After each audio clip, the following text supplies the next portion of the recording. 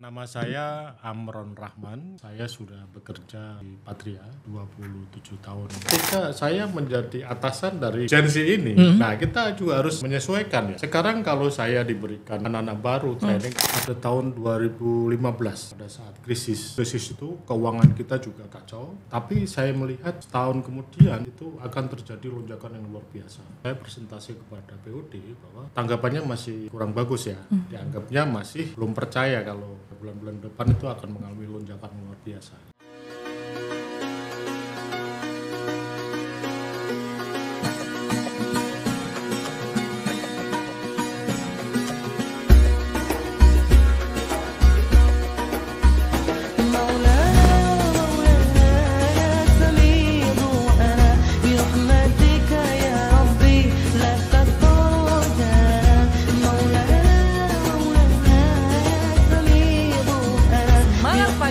Luar biasa. La Patria Bisa. Hai Insan Patria, jumpa lagi dengan saya Ajeng Kurnia. Dan juga saya Fikar Aulia kembali menemani Insan Patria di program podcast PDC Insight.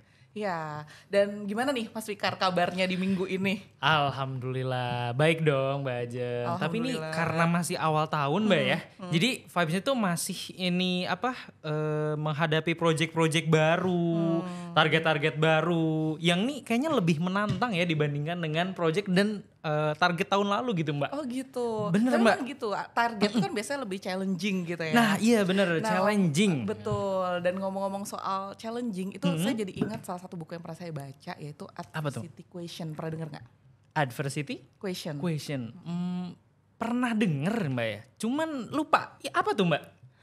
Nanti kita bahas lebih lanjut ya. Kebetulan Boleh relate dong, boleh, banget boleh. sama topik kita hari ini, yaitu Strive for Excellence. Strive for excellence. Iya, kan Luar kemarin biasa. kalau Mas Fikar ingat di President Message itu kan ada salah satu yang menjadi misi kita tahun ini adalah operational excellence. Ya, operational Nah, excellence. untuk bisa mencapai itu tentunya kita juga butuh punya daya juang dalam menghadapi berbagai hambatan sehingga target-target kita tercapai. Setuju banget Mbak, bener banget.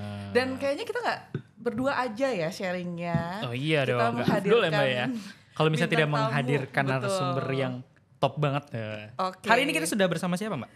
Oke, lanjut langsung saja Insan Patria, kita sambut Bapak Amron. Silakan. Selamat sore, siang. Bapak. Sore ya, sore Pak Pak Ajeng Amron. sama Pak Mas Fikar ya. Iya Pak.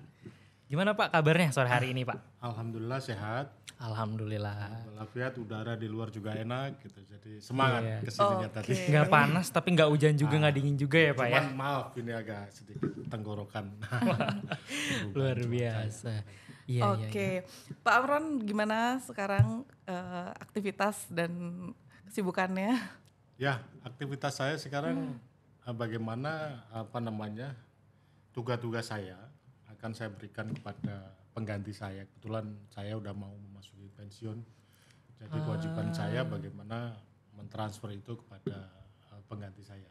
Oke, luar biasa ya. Jadi beliau di sela-sela kesibukannya gitu menyempatkan waktu untuk hadir bersama PDC Insight untuk sharing bersama Insan Patria. Tapi mungkin belum semua kenal gitu kan, sekarang banyak yang baru-baru. Iya, gitu termasuk ya. saya mungkin Mbak ya. Kalau yang Ini- sudah senior pasti sudah sangat mengenal ya Pak Amron. Tapi untuk Iya. yang baru-baru mungkin boleh Bapak memperkenalkan diri kepada Insan Patria semua. Ya, baik, terima kasih.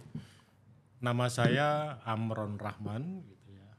Saya sudah bekerja di Patria itu 27 tahun 2 bulan lah ya. Ini masuk.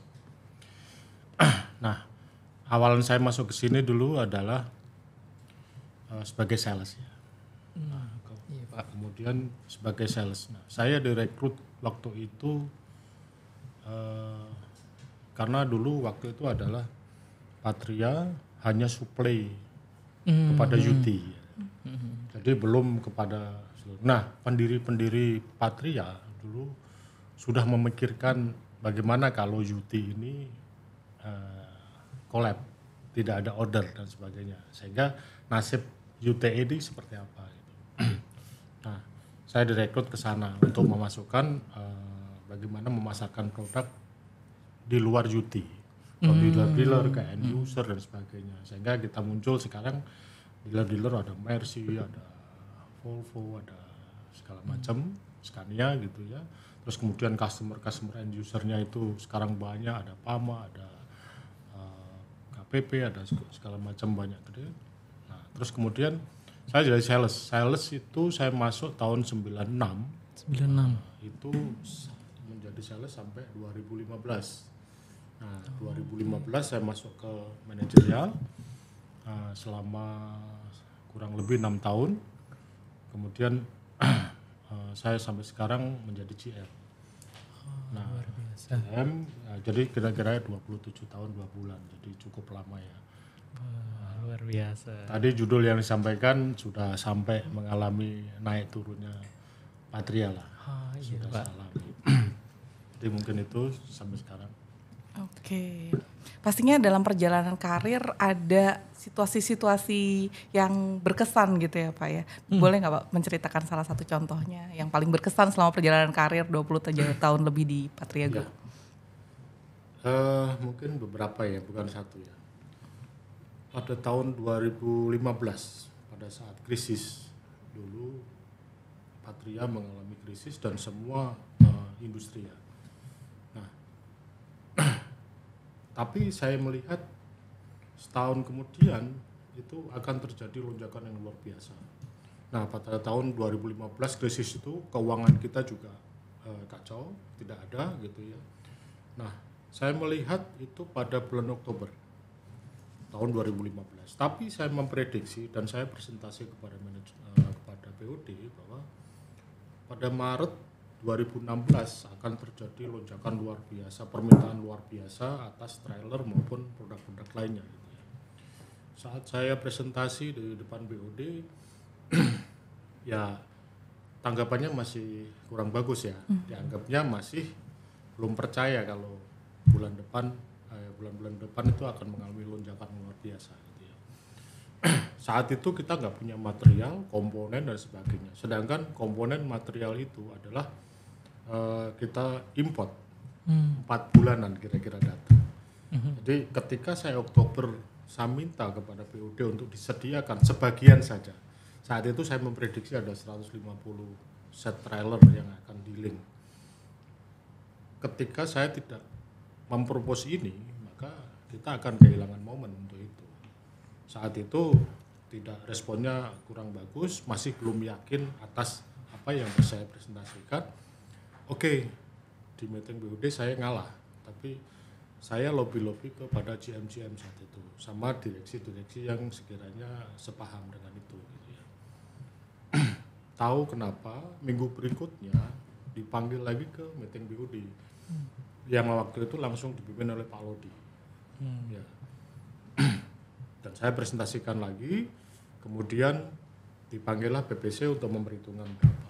Saya ditantangin, kamu mau ngambil berapa?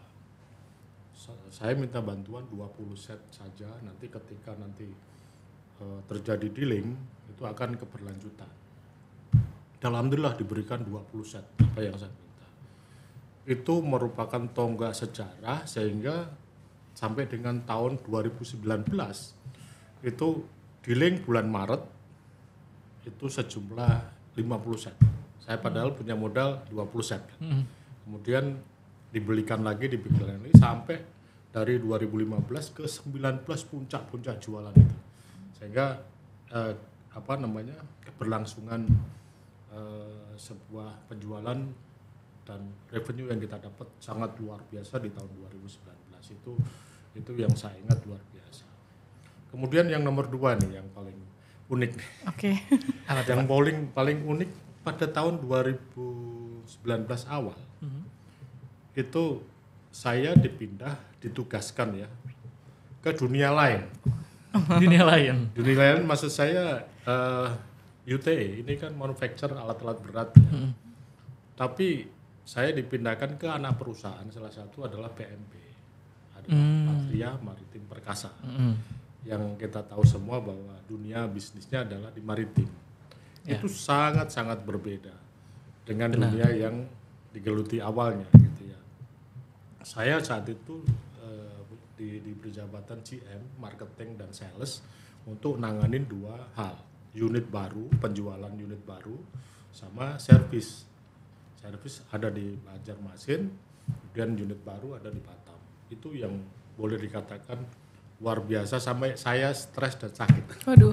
Masuk rumah sakit 1 minggu. Ya. Karena waduh, saya ilmunya nggak ada. Ilmu tekniknya kapal nggak ada gitu ya. Kalau masalah, saya waktu itu saya pikir berbeda apa cara-cara marketing sales yang kita jalankan selama ini gitu. Tapi ternyata setelah dijalanin ilmu marketing dan salesnya itu sama. Ya cuman kendalanya adalah itu, dan itu cukup bikin saya stres selama 1 minggu dan masuk rumah sakit. Tapi nah itu tadi kendala harus kita hadapi dan kita pelajari supaya kita masuk dalam kondisi yang bagus. Dan alhamdulillah sampai sekarang jualan sampai 2024 full sudah. Bahkan kita udah ngomong 2025. Jadi selama setahun berikutnya kita tinggal mengerjakan apa yang sudah kita dapatkan ordernya.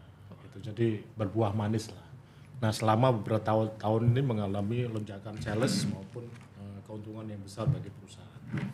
Alhamdulillah. Jadi saya pensiun meninggalkan kondisi sales yang bagus. Itu ya dua hal yang paling berkesan dalam karir gitu ya. Luar biasa ya Mas Fikar ya. Benar banget. Jadi kita tadi ada naiknya, ada turunnya gitu. Tadi sempat Bapak ceritakan maju ke BOD ternyata tanggapannya tidak sesuai dengan harapan ya Pak ya. Nah ketika di situasi-situasi sulit dan juga tantangan-tantangan baru ya Pak ya. Tadi Bapak sampai bilang masuk rumah sakit Pak ya. Motivasi apa Pak yang akhirnya membuat Bapak tetap bangkit lagi, terus semangat untuk menghadapi tantangan yang baru? Ya. Mengenai motivasi ya, itu setiap step pasti akan kita berubah. Motivasi orang itu untuk mencapai struggle lah ya. Dulu ketika saya sales, mesti duit yang menjadi motivasi saya. Gitu. Karena sales itu tidak sama dengan yang pegawai biasa ya, reguler. Karena gaji kecil tapi pendapatannya bisa besar, jualanku besar gitu. Itu yang motivasi, kenapa semangat, motivasi saya tinggi untuk jual gitu. Tapi ketika masuk ke jenjang berikutnya yang manajerial, GM dan sebagainya sudah beda lagi. Motivasi saya adalah bagaimana bisa perusahaan itu sustain salesnya, recurring profitnya gitu. Sehingga apa? Logo Patria yang kita banggakan adalah sejahtera bersama Patria. Itulah yang saya pikirkan menghidupi perusahaan Patria ini, menghidupi kepala-kepala karyawan ini dan keluarganya. Wah, nah, ketika itu kita menjadi berkontribusi terhadap itu, maka kebahagiaan akan kita dapat. Terus kemudian kerja bukan hanya sekedar uang, tapi beramal kepada kepada semuanya. Ketika itu bisa disejahterakan, itu motivasi yang berbeda itu. Ternyata motivasinya cukup dalam ya Mas Fikar ya. Luar biasa Mbak. Kalau kita kaitkan dengan diskusi kita di awal tadi gitu, kita saat ini sedang berusaha untuk strive for excellence dan ada istilah adversity question Bapak. Jadi itu kecerdasan dalam menghadapi rintangan seperti itu. Kan kita kenalnya IQ, EQ, ternyata ada adversity question juga. Nah kalau di buku yang saya baca Pak, adversity question itu mengkategorikan orang dalam 3 tipe. Ada yang tipe quitters, yaitu orang-orang yang berhenti. Ini kalau kita analogikan kita sedang mendaki gunung Mas Fikar. Jadi quitters itu orang-orang yang sebenarnya ada semangat nih, ayo aku mau naik gunung gitu. Tapi ketika wah kok susah ya, capek ya gitu, udahlah berhenti aja atau sudahlah nggak jadi aja gitu. Terus ada kategori kedua itu yang campers, yaitu orang-orang yang berkemah. Itu juga sama, ada semangat untuk naik gunung. Namun ketika sudah di tengah-tengah, terus kayaknya udah cukup tinggi deh ini, sudah cukup indah pemandangannya, ayo kita berhenti gitu, terlalu lelah gitu untuk naik lagi gitu. Dan yang menarik adalah orang-orang yang tipe climbers. Jadi dia yang terus mendaki walaupun menghadapi rintangan, tantangan itu naik terus gitu sampai akhirnya mencapai tujuan di finish gitu Mas Fikar. Berarti kalau climbers ini yang sampai puncak Mbak ya? Betul, orang-orang yang terus mendaki sampai puncak walaupun kita tahu bersama namanya naik gunung kan pasti ada kendala-kendala yang kita hadapi ya. Satu dan lain hal baik dari diri maupun dari lingkungan misalnya cuaca dan sebagainya. Begitu sih kalau kita analogikan dengan naik gunung gitu ya. Berarti kalau misalnya tadi kita ngomongin strive for excellence nih dari kisahnya Pak Amron, ini sebagai seorang climber berarti ya Pak Amron ini ya. Iya. Wah, luar biasa berarti. Relate ya Mbak ya. Relate. Tema kita dengan kisah luar biasa dari Pak Amron. Oke. Kalau tidak salah itu Paul Gestalt ya. Iya, betul. Tahun 1901. Betul. Bapak juga pernah baca, Pak? Sedikit baca. Malah judulnya bukunya kalau bisa merubah hambatan menjadi peluang. Betul. Ini sesuai sekali dengan tadi judul yang tadi disampaikan gitu. Bagaimana hambatan-hambatan yang kita hadapi itu menjadi peluang kita untuk mendapatkan peluang itu. Wah, luar Saya biasa. sedikit baca ya. Oke. Dan itu pasti di posisi apapun kita gitu ya, itu pasti akan mengalami hal yang sama. Bener. Nah Pak, kebetulan nih, ini kan kita lagi ngobrol sama Insan Patria Pak ya. Nah kira-kira menurut Bapak gimana sih Pak untuk menumbuhkan jiwa climbers ini gitu Pak, untuk punya daya juang yang tinggi supaya Insan Patria bisa terus bangkit ketika menemukan tantangan baru, hambatan. Iya. Gimana Pak? Sebenarnya perusahaan sudah ngasih semacam ide-ide atau cara-cara ya. Satu yang paling menjadi menjadi nadi kita ya untuk menghadapi situasi VUCA ini itu adalah inovasi. Karena dengan inovasi perubahan apapun, kondisi apapun itu bisa kita sikapi dengan baik. Gitu. Inovasi nomor 1. Terus kemudian nomor 2 integrity. Yang sekarang sangat sedikit lah ya. Tantangan kita integrity itu yang menjadi satu tantangan baru gitu ya yang harus kita jalani. Yang kedua, yang berikutnya adalah perusahaan juga ngasih cara-cara dengan training-training yang ada, dengan menerapkan cara-cara untuk bisa membuat inovasi tadi dengan PDCAK, kemudian dengan PKK, dengan macam-macam untuk bikin project-project ya. Itu salah satu cara yang harus diterapkan. Satu lagi mengenai nilai-nilai dalam perusahaan adalah patria, apa yang harus benar-benar diimplikasikan ke dalam kehidupan baik itu di kantor maupun untuk urusan pribadi pun bisa kita lakukan untuk itu. Nah, beberapa hal itu menjadi sangat krusial saat ini untuk bisa mencapai yang tadi tipe climber tadi. Ya. Dan innovation pun bagian dari La Patria sebenarnya ya. Iya, benar banget tadi. Integrity juga Mas sebenarnya ya, karena masuknya ke poin accountable. Betul. Di A. Wah, luar biasa. Oke. Berarti tadi kita harus Tadi pertama berinovasi. Inovasi, terus integrity Pak ya. Terus dengan tools yang sebenarnya sudah banyak sekali disediakan oleh perusahaan dan juga terakhir memegang value perusahaan La Patria tadi Pak ya. Iya, memang sekarang nih zaman now ini Mbak ya, banyak banget tantangan yang unpredictable. Betul. Udah gak ketebak, kadang juga gak terduga Mbak ya. Di luar prediksi BMKG gitu ya, bener, di luar nurul. Kalau istilah anak-anak zaman sekarang.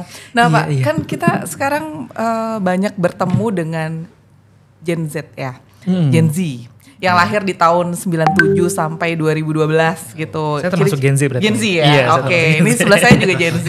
Biasanya Gen Z ini sangat terbiasa dengan teknologi, kemudian terbiasa melakukan komunikasi melalui dunia maya gitu. Kemudian lebih terbuka begitu ya. Kemudian juga punya kemandirian dan juga ambisi untuk mencapai kesuksesan begitu. Itu beberapa ciri-cirinya gitu yang membedakan dengan generasi-generasi sebelumnya. Tapi si Gen Z ini juga sering disebut dengan strawberry generation gitu Pak. Kita kan tahu ya strawberry itu manis tapi agak lembek rapuh gitu.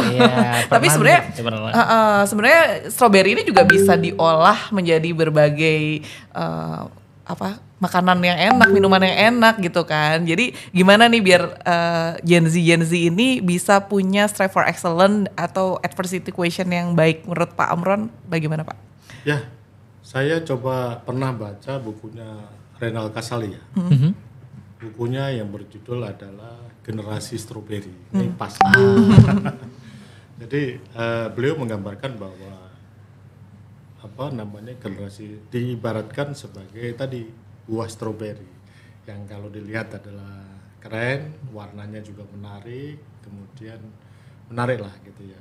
Tapi di balik itu keropos, digencet sedikit hancur gitu kan. Dan bahkan kalau kita tadi disebutin bisa dibuat makanan apapun. Nah, kalau saya mau bikin jus, itu hati-hati terhadap stroberi karena dia tidak ketahuan kemasukan ulet-ulet gitu kita dan sebagainya. Nah, Iya. itu merusak stroberi juga, itu sendiri sehingga ketika kita mau bikin jus ya dilihat dulu harus gitu. dilihat dulu dan sebagainya gitu. Nah, saya melihatnya gini, tidak semua Gen-Z itu adalah jelek ya. Tadi disebutkan bahwa positifnya banyak. Nah, positifnya sendiri ini coba kita gali dan kita berdayakan. Nah, menjadi sebuah climber tadi. Ya. Gitu. Oke. Ditambahin dengan tadi visi perusahaan tadi. Nilai-nilai perusahaan yang terapkan itu. Saya yakin itu menjadi kekuatan yang besar. Anak-anak sekarang pinter-pinter. Betul. Melek pengetahuan dan sebagainya. Kalau dibandingkan dengan yang model-model saya dulu memang struggle kemudian tapi lama gitu dan ya beda lah semua. Tergantung setiap generasi itu sama sebenarnya. Ada model climber, ada model tadi quitter, ada model apa. Semua ada. Gitu. Nah, tergantung pilihan gitu. Jadi generasi Gen Z juga bisa diberdayakan menjadi climber. Dan akan kita lihat keberhasilan dari anak-anak muda sekarang. Kita yang generasi lama cukup terheran-heran gitu. Jadi tidak semuanya jelek. Menurut saya cukup diberdayakan ke arah yang climber tadi gitu. Akan menjadi lebih berdaya guna gitu. Berarti masih ada kesempatan sih untuk jadi climber sih Mbak ya? Iya, kesempatannya banget ada. Itu pilihan Pak Vika. Jadi itu pilihan, makanya belajar atas kelemahan-kelemahanmu itu seperti apa sehingga janganlah gitu. Saya akan fokus kepada yang climber tadi gitu. Pasti Pak. Saya kira cukup berdaya guna kalau diberdayakan. Insya Allah. Nah, hari ini juga saya belajar banyak loh Mbak ya. Dari kisahnya Pak Amron tadi, saya jadi termotivasi untuk jadi climber. Apa Pak? Ketika saya menjadi atasan dari Gen Z ini, nah kita juga harus menyesuaikan ya.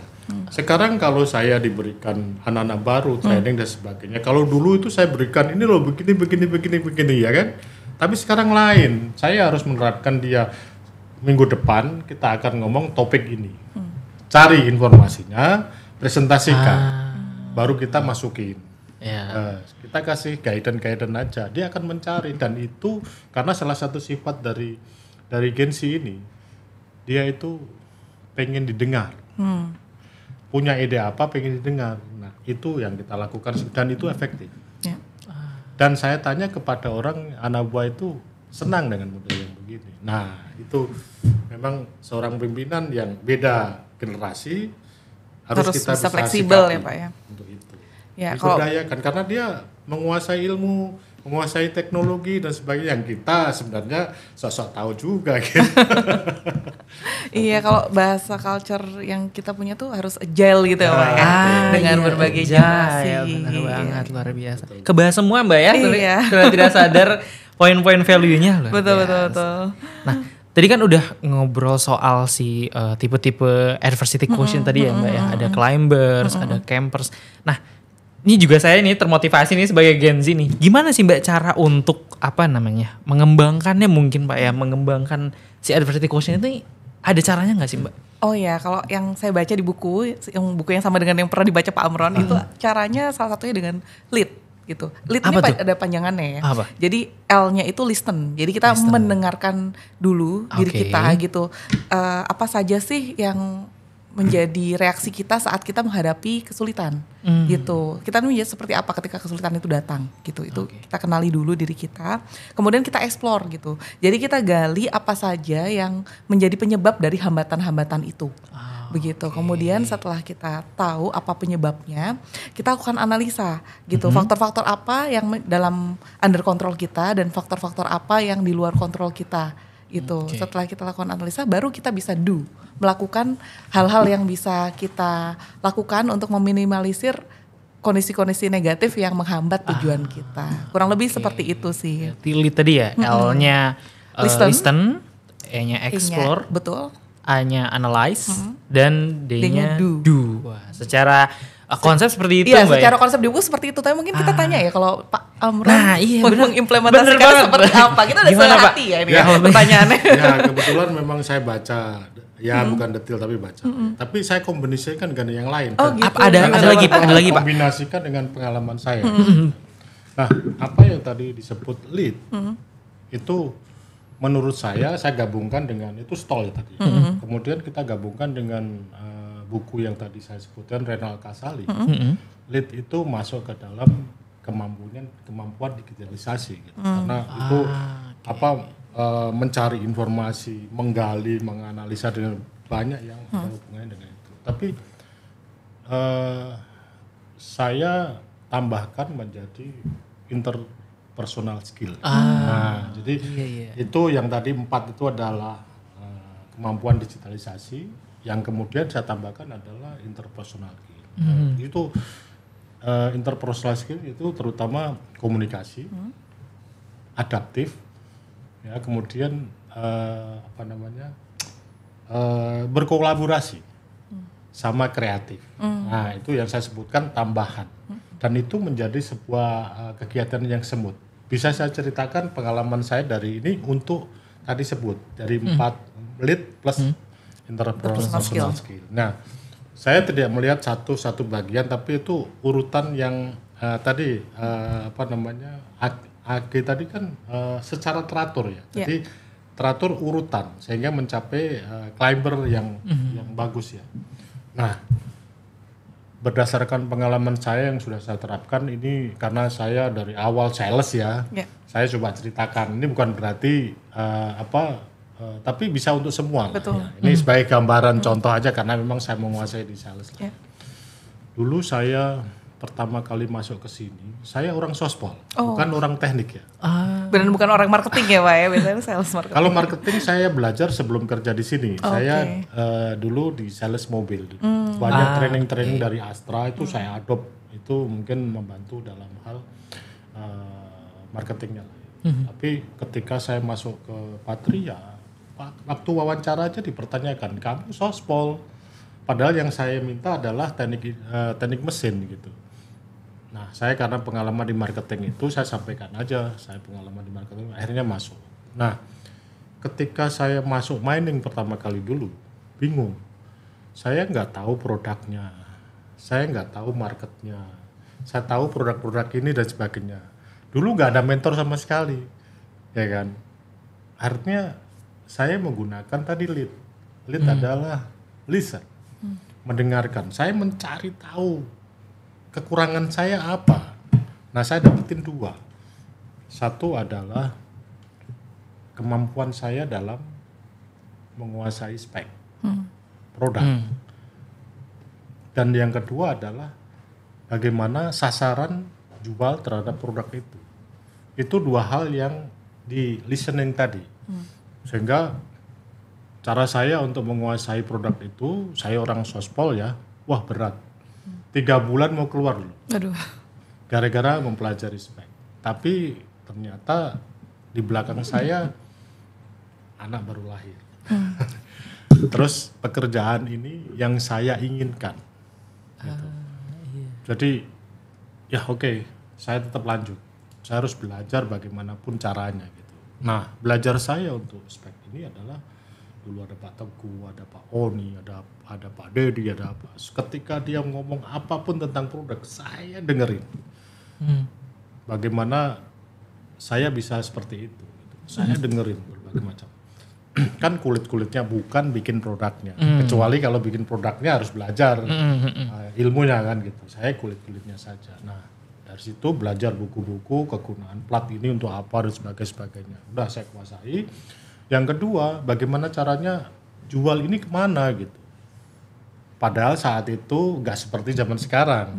Dulu masih manual, cari buku kuning, terus cari data-data apapun. Sehingga saya waktu itu menemukan cara bahwa produk yang Patria bikin adalah untuk mining. Saya kebetulan ditugaskan di mining, adalah owner-owner. Ujungnya adalah owner pemilik-pemilik tambang. Di dalamnya ternyata ada unsur-unsur di bawahnya yang ngerjain siapa-siapa dan sebagainya. Gitu. Akhirnya dapatnya adalah mining di Indonesia yang paling terbesar produksi sampai yang terkecil. Saya ada di tangan saya gitu. Nah, masuk kepada eksplorasi tadi, menggali. Nah, menggalinya bagaimana saya langsung masukkan ke dalam analisanya. Nah, saya setelah tahu customernya siapa, saya ambil 5 terbesar. Terus kemudian saya masuk ke dalam masing-masingnya itu. Pertama adalah KPC. KPC adalah produksi batu bara terbesar. Saya masuk ke sana, saya lihat, saya bagi produk itu produk yang ditambang dan produk yang untuk mengantar hasil batu bara ke pelabuhan gitu ya. Saya bagi 2 itu, kelompok produknya. Nah, ternyata di KPC, di kelompok transporternya itu tidak ada. Karena apa? Karena dia pakai conveyor, berarti tidak pakai trailer. Nah, dari situ sudah langsung saya take out. Nah, analisa masuk kan. Saya take out, saya masuk ke kedua adalah Adaro. Nah, ketika masuk Adaro ternyata dua-duanya ada. Trailer itu jaraknya tempuh adalah di 75 km. Potensi terhadap trailer besar sekali. Nah, dua-duanya dapat, tambang dapat, ini dapat. Nah, saya masuk lagi. Siapa main kontraktornya itu? Udah langsung dapat main kontraknya di trailer itu adalah PAMA, BUMA, SIS, sama RA. Dapat customer 4. Nah, masuk lagi, kita analisa lagi bahwa satu misalnya, PAMA itu dari total 50 juta ton, dia dapat berapa? Misalnya dapat 20 gitu. Ternyata PAMA nggak mampu mencapai 20 ton. Dia harus punya subkontraktor. Artinya apa nambah? Subkontraktornya adalah BNPT, RMI, ada 4 waktu itu. Saya dapat customer 4 tambahan lagi. Dan begitu pula RA, SIS, dan BUMA. Itu saya jadi sekali analisa itu saya dapat customer banyak. Masuk lagi, analisa lagi. Kebutuhan trailernya berapa? Masing-masing. Kita hitung dengan jarak itu, masing-masing punya target-target, akhirnya ketemu jumlah trailer yang harus saya jual ke situ.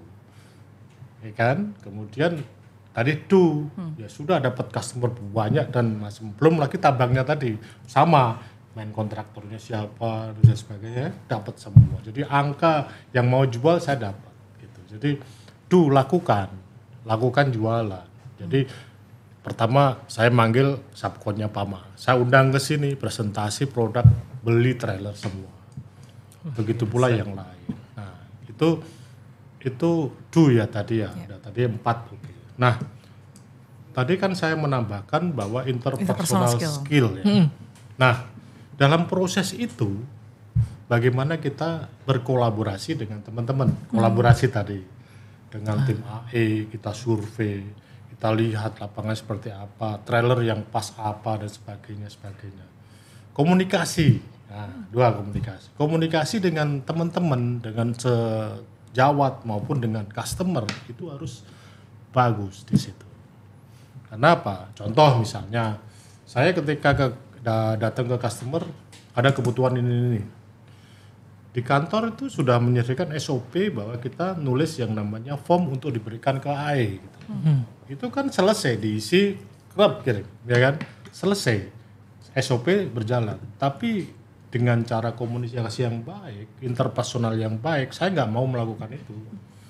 Saya deketi beliau AE, duduk, ngobrol, aku cerita tadi dari customer ini dan sebagainya gitu ya. Ya kalau ada kopi kita minum kopi, semua masuk atas cerita itu, baru kita tulis. Iya. Baru kita kasih. Saya memanusiakan beliau. Wah, ternyata apa? Saya didahulukan pada saat membuat. Padahal saya nggak ingin seperti itu, ya urut lah. Tapi karena kita Pendekatan melakukan personal pendekatan personal yang bagus, maka dengan sendirinya tidak saya minta beliau memberikan gambar terlebih dulu gitu. Nah, itu salah satu contoh. Ya. Contoh-contoh yang lain atas komunikasi yang bagus tadi bisa dilakukan.